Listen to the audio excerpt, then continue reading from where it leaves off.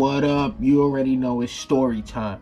So I got a crazy story to tell you guys about how my dealer, not my current dealer, but how one of my dealers from back in the day got robbed. Now, he got robbed and it wasn't for nothing small neither. You know what I'm saying? So, pretty much this guy was dealing coke. We'll call him Sal.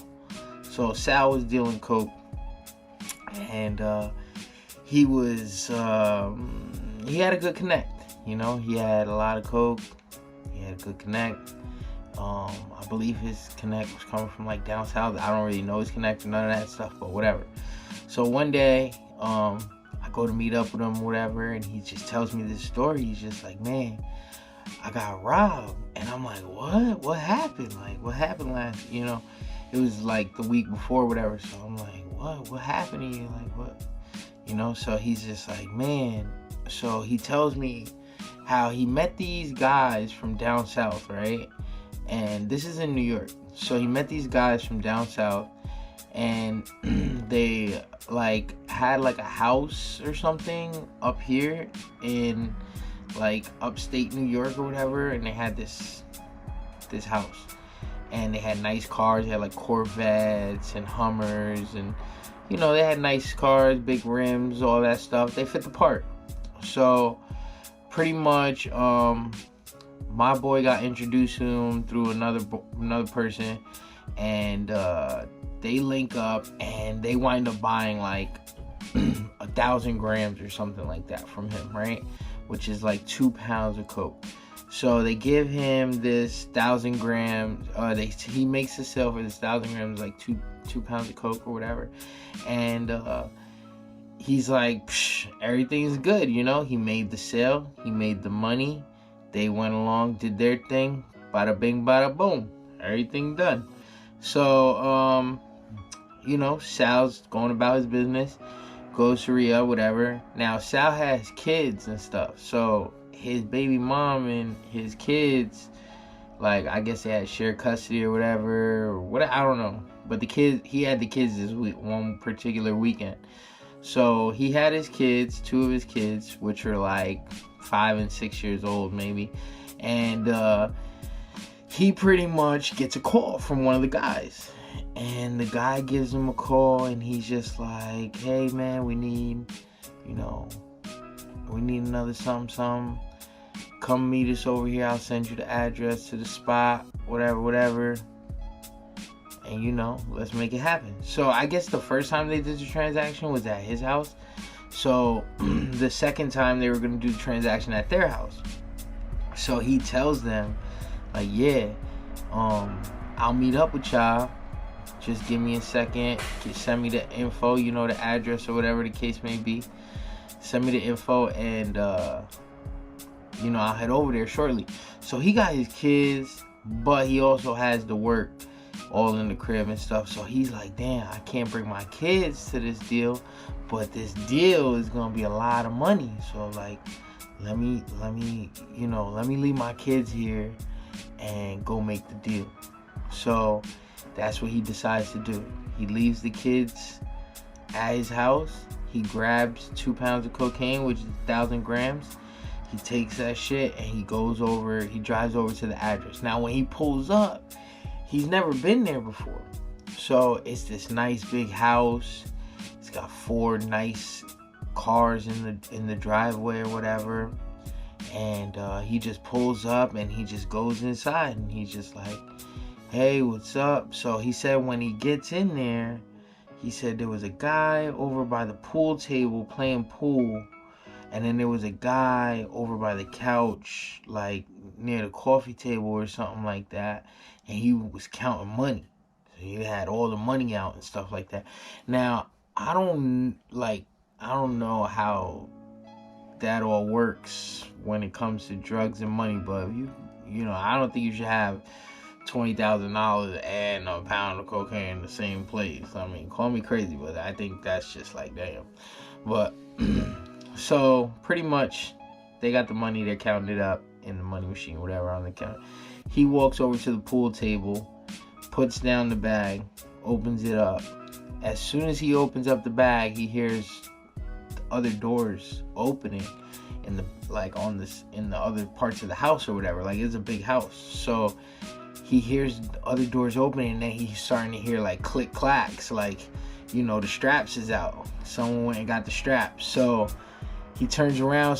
The guy on the couch that was counting the money got an AK pointed to him, just straight up pointed to him, tells him to get down or lay down, pretty much. Another 2 guys come out the side room. They got AKs and automatic weapons, and they just, you know, pointed at him or whatever. So they find it, you know, they get the coke, they have their money, and they tie up the dealer, right? They tie up Sal. So Sal's tied up, and he's tied up, and they pretty much are like, yo, we want more coke. Like, where's the coke and the money? Like, we want your whole stash. Now, they're like, yo, we're going to send some people to your house, and we're going to get whatever it is that you got left over there. So tell us where it's at. Now, my boy's tied up, and Sal's like, damn, my kids are at the house, bro. Like, my kids, like my small children, you know?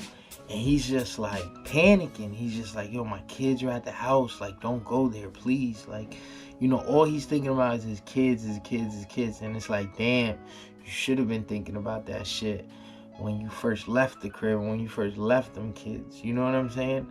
So he's telling them, like, there's nothing in the house. He's like, yo, I don't got nothing in the crib. I ain't got nothing over there. Like, it'd be a waste of your time. Like, he's trying to tell them anything and everything so they don't go to his house. So pretty much,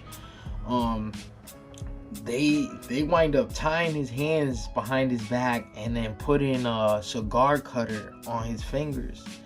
And they're like, yo, we're gonna cut your fingers off until you tell us where the rest of the stash is. So he tells them, like, yo, I'm not doing it that big. Like, y'all think I'm doing it big. Y'all think I'm big time and I got all these.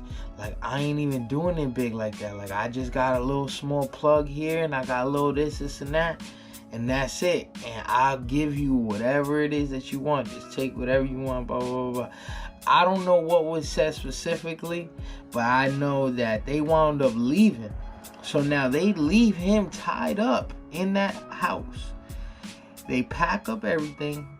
He's tied up in the kitchen. They wind up leaving. After they left, he you know, breaks out of his restraints, and he's like looking around in the house. He's like, what the fuck? Like, they just fucking robbed me and left? Like, what the fuck is going on? So he pretty much looks around the house. He goes upstairs. The original owners of the house are tied up upstairs in the attic, and they're just, you know, hog tied up upstairs in the attic. So he just like freaks out, and he's just like, I'm out of here. Like, forget all this. So he leaves them tied up. He doesn't like take their masks off or whatever. I don't know how he found them, but and then when he leaves, he gets back in his car, and he notices that the cars in the driveway didn't have license plates on them. Like, some of them didn't have plates on them. Like, it was just weird. I don't know. He said it was just something weird about the cars. So he drives home to his kids, and then pretty much, you know, thank God no harm was done to his kids, and nobody had came into the house. But they pretty much got away with it, you know what I mean? They got away with a whole bird and their money, you know? So that's the story, and that's what happened to one of my dealers back in the day. And, you know, it is what it is, you know? You playing this game, you know, people and things happen.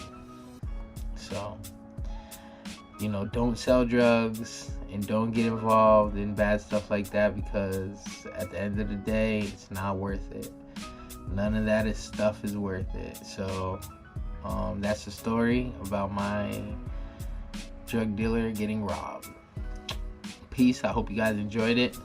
Holla at me. Don't forget to hit that like, subscribe, and share this video if you like that. I got more stories to tell later. Peace.